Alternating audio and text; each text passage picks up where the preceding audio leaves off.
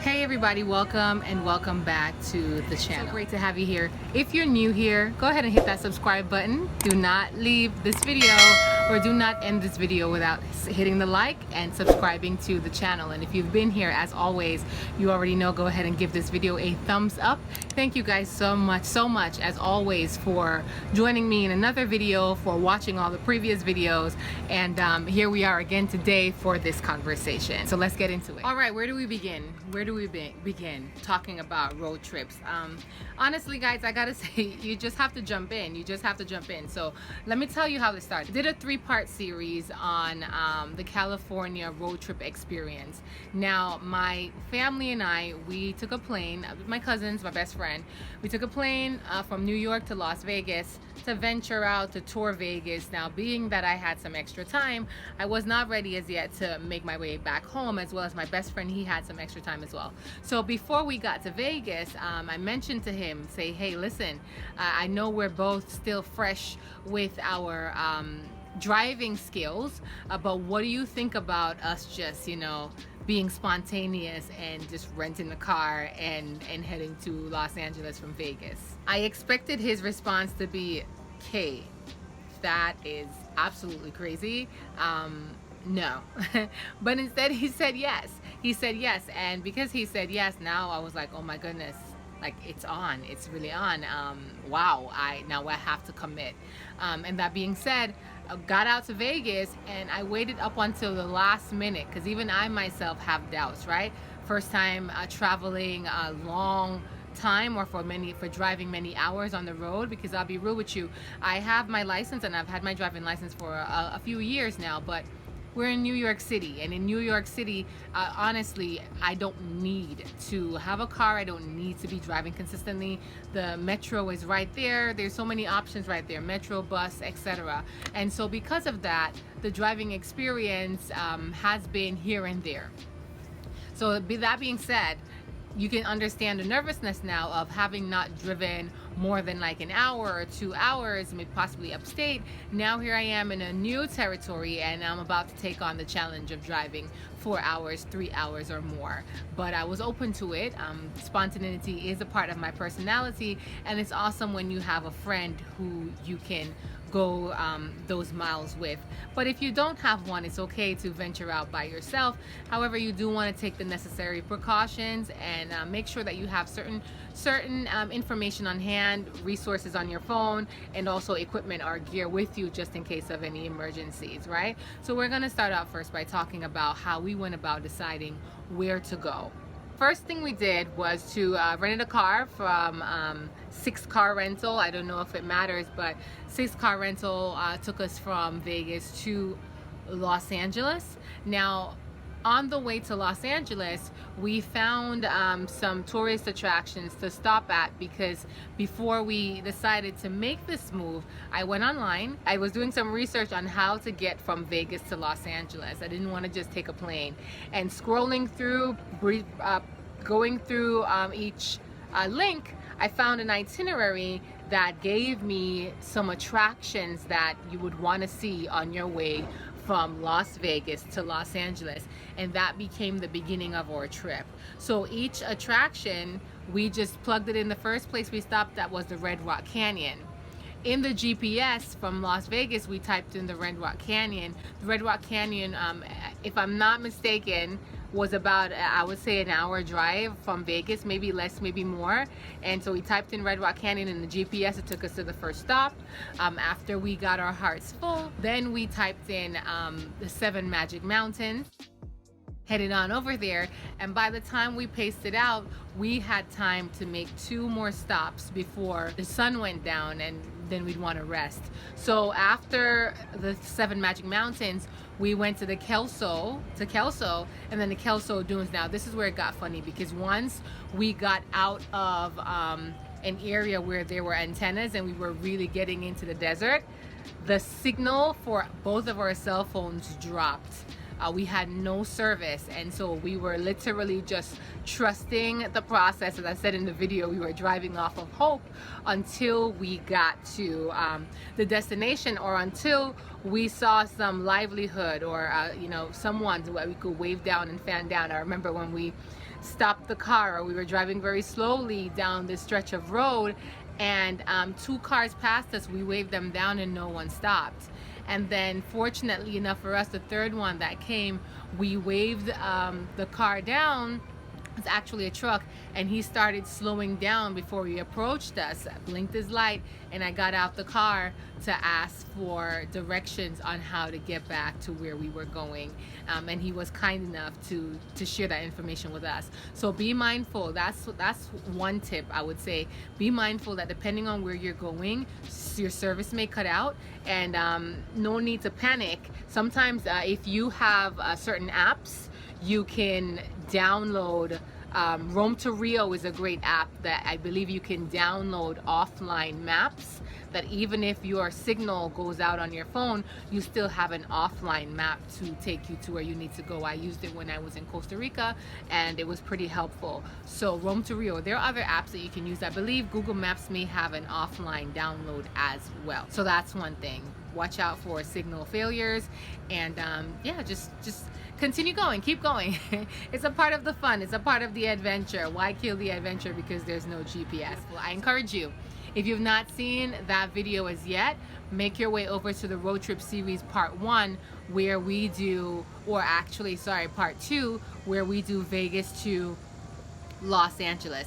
So once we got to the Kelso Dunes, we hopped back in the car after we took some photos. Really wanted to get into the sand, but it would have been really hectic and messy, and as I said, we were not prepared in regards to being fully covered, so to prevent sand from getting into certain places.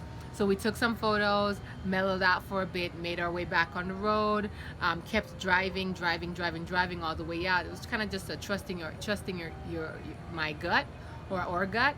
Kept driving all the way out until we hit the main road and got some signal again. And at that point, our goal was to get to Barstow, just to find somewhere to rest so we could continue our journey in the morning. We did switch. That's the beauty about having a partner for a road trip. You guys can take turns driving.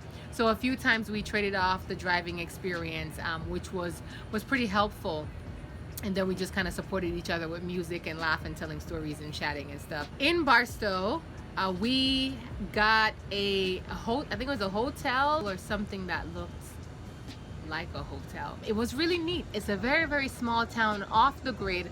Most people would not stop in Barstow. You always want to research before you go anywhere. I remember when it told us the closest towns to stop in before LA, Barstow was one of them. We decided, why not? Let's give it a try. And the place that we stayed at had good reviews, or fair reviews, so you know, we had no hesitation. This is one of the beautiful things about road trips. Like, you will have moments that it's not planned. You did not plan for it, but it just fits in so nicely with everything, and it just contributes to your experience in a beautiful way. So if you're planning a road trip, where do you want to go? After you've figured out where you want to go, find your route that you're gonna take to get there. So I know that I wanted to go to Los Angeles. How am I getting there? Am I getting there by bus? Am I getting there by renting my own car? Am I getting there by different modes of transport? Am I taking a plane to one point, then from that point renting a car, or am I renting a car the whole way there? And if I'm renting a car, which company am I getting it from? What's my budget? What are the prices? When do I need to book it? Because sometimes you need to book in advance so as to secure the best price. And I also want to say to you that there are cross-border fees. I know that personally from more experience, taking the car from Vegas to Los Angeles was an additional $150 or $150 plus the daily rental fees. So be mindful that if you're doing a one-way road trip and you're renting the vehicle, you will incur a cross-border non-refundable fee, because when you take it across the border, they have to cover expenses, the company, to take it back to the original facility or the original place that the car came from. So we did have an $150 plus expense on that. Have a budget for how much you want to spend in daily fees for the car rental. You will need to consider gas. You will need to consider tolls. Once again, if you're doing a 2-man, 3-man, 4-man, 5-man road trip, you guys can all split the expenses. But if you're doing this road trip by yourself, you may want to figure out the most cost-effective way for you. But don't let money stop your fun, okay? So where do you want to go? How are you going to get there? Think about the expenses that you will incur in order to get there. The next thing is, you got to think about where you're going to stay. We had discussed, my friend and I, Shavar, we had discussed beforehand that we were going to stop in Barstow. We knew that we were going to let Barstow be our final stop for the night and pick up the next day and let Palm Springs be our final stop the next night. So what we did, we went online.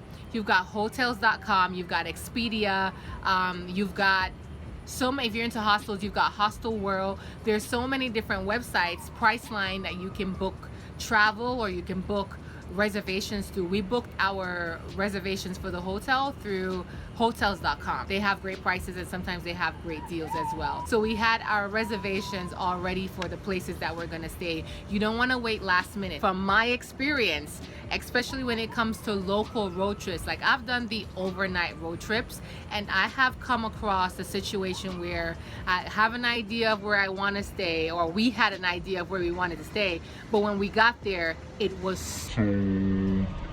so you don't want to make that mistake by booking last minute or by not booking at all and showing up and just thinking, oh, the universe is going to work in my favor. Sometimes you get lucky, but sometimes. So I would say make preparations ahead of time to know where you want to stay and what your rest city will be for where you're going. Also bear in mind, like, how long is your road trip? Are you doing a 1-day road trip, a 2-day road trip, a 3-day road trip? What stops are you covering for each of these days? And where will be your rest stop in the night if you are resting? That's something to think about. Are you resting in the daytime in your car on the roadside somewhere, or at a park somewhere? Are you doing a day stop where they have places where you can stop and take a quick shower and rest your bags? Or are you driving throughout the day to these different adventure spots and then resting up in the night to pick up again in the morning? So many decisions to be made. But I think once you figure out where you're going and how long it's going to take you to get there, you can set a budget. You can calculate based on the hours how many stops you can make in a day, and then you can decide your rest stops. And at the very least, I would say book the first 2 nights, depending on how long your travel is. I would say book the first 2 nights of rest locations, and then after you get on the road the first day, you'll get an idea of what the hours and time frames are looking at, and you'll get more of an idea of how you want to pace yourself in order to make your stops and get to your destination. It's not hard. I think the biggest fear is the biggest hurdle to overcome is the fear of, oh my God, what am I doing? This feels like so much. I've not done this before. But once you overcome that and you say, hey, you know what? I'm challenging myself to grow. Listen, I am your friend now who is telling you that you can do this. You can do this road trip.